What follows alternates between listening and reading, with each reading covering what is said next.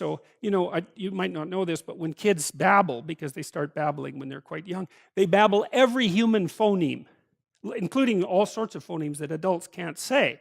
And then they die into their language, so that after they learn, say, English, then there's all sorts of phonemes they can no longer hear or pronounce. But to begin with, it's all there, which is really quite interesting. But so as they learn a particular language, they zero in on the proper way to pronounce that, and their errors minimize. And every time you learn something, that's how it is. And that's really useful to know too, because it means that it's okay to wander around stupidly before you fix your destination. Now you see that echoed in Exodus, right? Because what happens is that the Egyptians, or the Hebrews, escape a tyranny, which is kind of whatever you do personally and psychologically when you escape from your previous set of stupidly held and ignorant and stubborn axioms. It's like, away from that tyranny. It's like, great, I freed myself from that. Well, then what?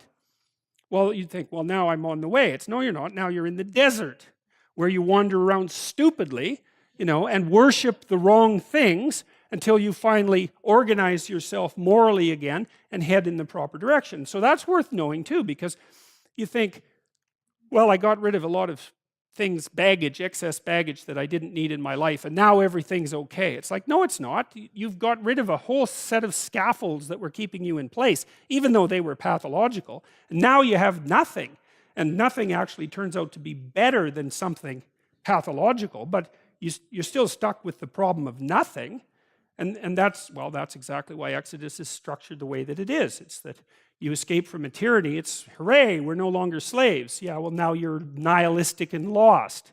It's not necessarily an improvement. But it is see, it's also useful to know that, because you can also be deluded into the idea that, imagine that you're trying to become enlightened, which might mean to turn all those parts of you on that could be turned on.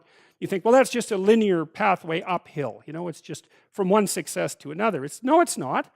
It's like, here you are, and you're not doing too badly, and the first step is a complete bloody catastrophe. It's worse.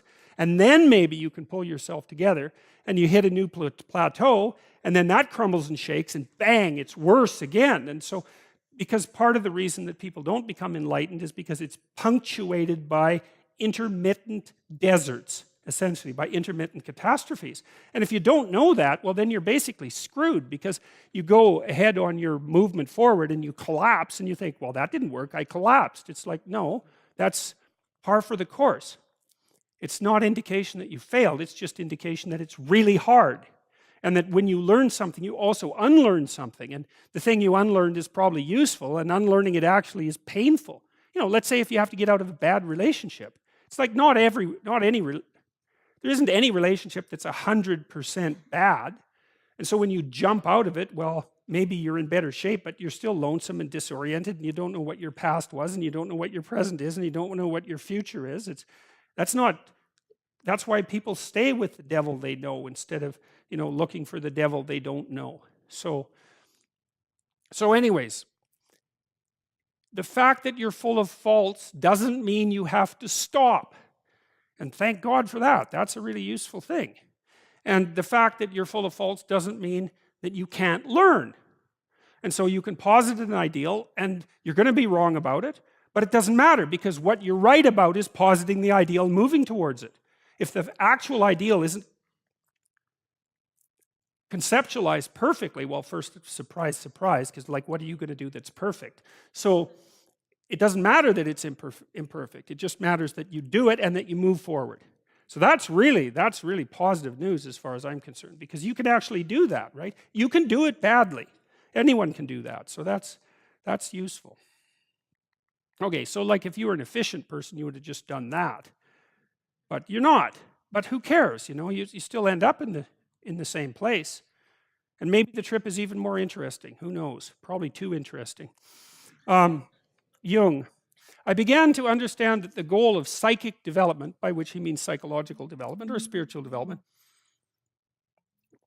is the self. There's no linear evolution. There's only a circumambulation of the self, a getting closer. It's like you're spiraling into something. Something like that. And the thing that you're spiraling into recedes as you move towards it and gets more and more sophisticated and well developed as you move towards it, because you're not going to run out of goals, right? No matter how much you have your act together, there's probably, undoubtedly, 30 dimensions along which you could get your act together a lot more. So, and some of those aren't even conceivable to you when you're in your initial uncarved state, let's say. Uniform development exists at most at the beginning. Later, everything points towards the center. This insight gave me stability, and gradually my inner peace returned.